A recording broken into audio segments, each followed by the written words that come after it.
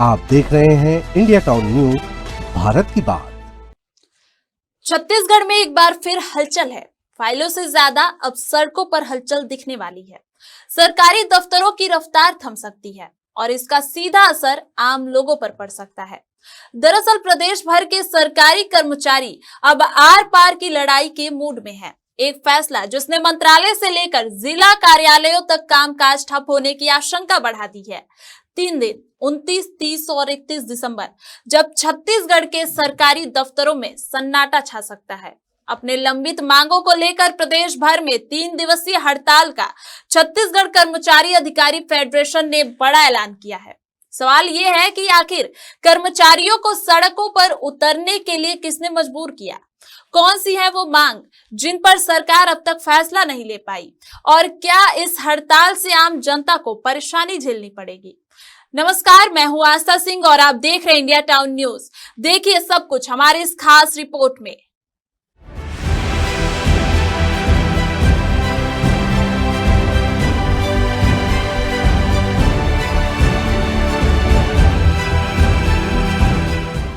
दरअसल छत्तीसगढ़ में एक बार फिर सरकारी कर्मचारियों का आंदोलन तेज हो गया है।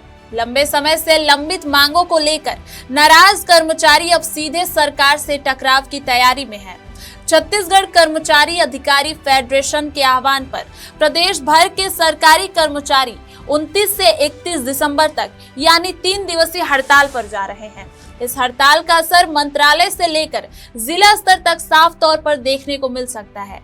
सरकारी कर्मचारियों की मांगों को लेकर असंतोष लगातार बढ़ता जा रहा है। कर्मचारी संगठनों का कहना है कि राज्य में सरकार बने 2 साल से अधिक का समय बीत चुका है, लेकिन चुनाव के दौरान किए गए वादों पर अब तक कोई ठोस फैसला नहीं लिया गया।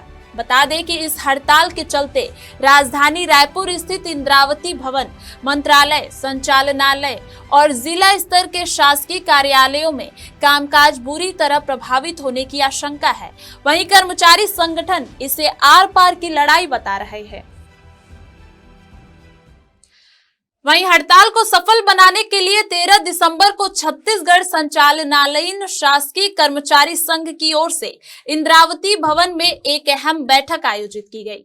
बैठक में आंदोलन की रणनीति तय की गई और पदाधिकारियों को अलग अलग टीमें बनाई गई। ये टीमें प्रदेश भर में कर्मचारियों से संपर्क कर हड़ताल के उद्देश्य और कार्यक्रम की जानकारी दे रही है, ताकि आंदोलन को पूरी तरह सफल बनाया जा सके।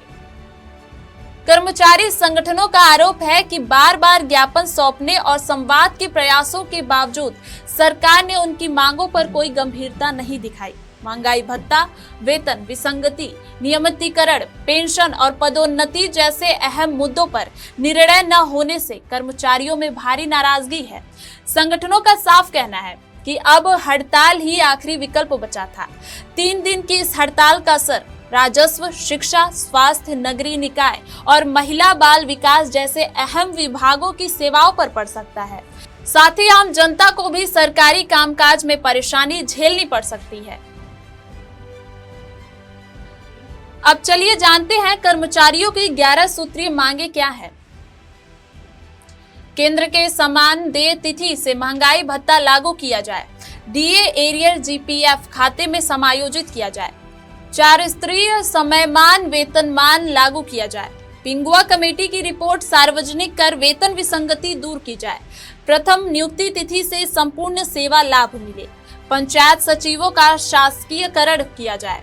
सहायक शिक्षकों और पशु चिकित्सा अधिकारियों को तृतीय समयमान मिले।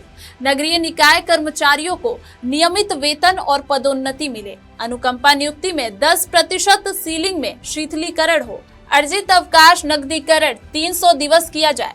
दैनिक संविदा कर्मचारियों का नियमितीकरण और सेवानिवृत्ति आयु 65 वर्ष की जाए।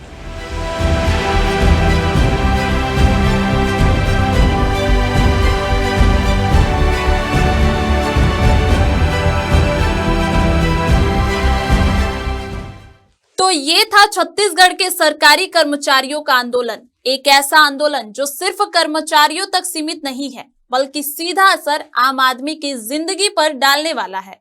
तो सवाल सिर्फ ये नहीं होगा कि कर्मचारी हड़ताल पर क्यों है, सवाल ये भी होगा कि आम जनता अपने काम को लेकर कहां जाएगी। राजस्व के काम, पेंशन प्रमाण पत्र, इलाज, शिक्षा, इन सब की जिम्मेदारी आखिर कौन लेगा।